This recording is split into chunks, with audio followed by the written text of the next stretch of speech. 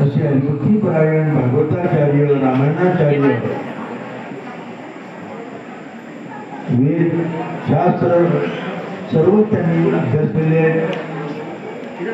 असे योगेश्वर शास्त्री पवार महाराज आज आपल्याकडे त्यांनी खूप चांगल्या रीतीने आपल्याला कळेल, समजेल, पटेल, रुचेल अशा पद्धतीनं सोपं सुलभ सांगितलेलं आहे.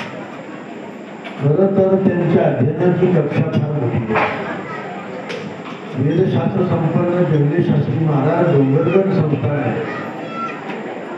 त्या ठिकाणी त्यांनी त्यांच्या जवळ बसून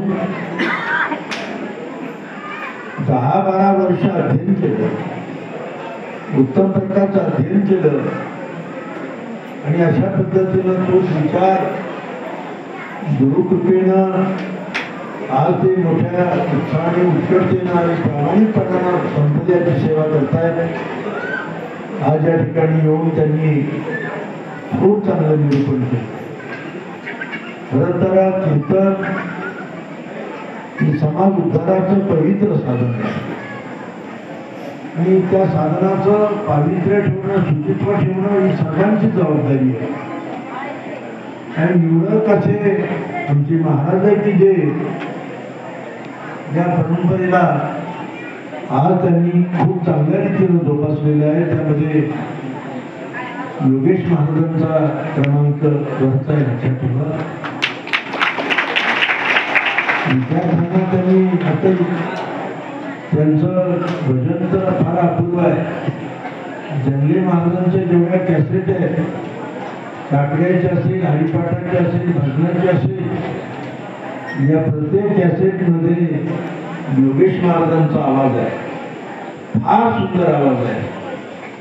आमच्या गाडीमध्ये जेव्हा आम्ही प्रवासात असतो त्यावेळेला मंगलाचरणापासून काकड आरती, गोपाळ्या, वासुदेव सर्व काही गौरणीपर्यंत माऊलीच्या अभंगापर्यंतचं त्यांचं जे एक प्रकारचं रेकॉर्ड आहे ते फार महत्त्वाचं आहे.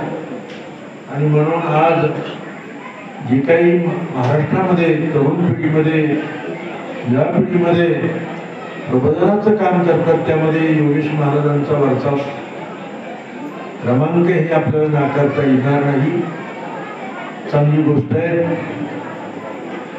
संगमावर ते हे काम करतात, वारकरी पंथाचं काम करतात. आज इथे आपल्या छोटेखानी कार्यक्रमात भगवती चाकूरबाईचा हा उत्सव आणि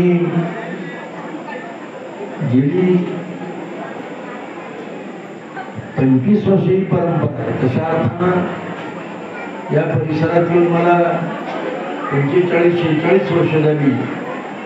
पण या मंदिराचा जीर्णोद्धार झाल्यापासून, कलश आरोपण झाल्यापासून या ठिकाणी ही परंपरा अभ्यासपणानं सुरू आहे.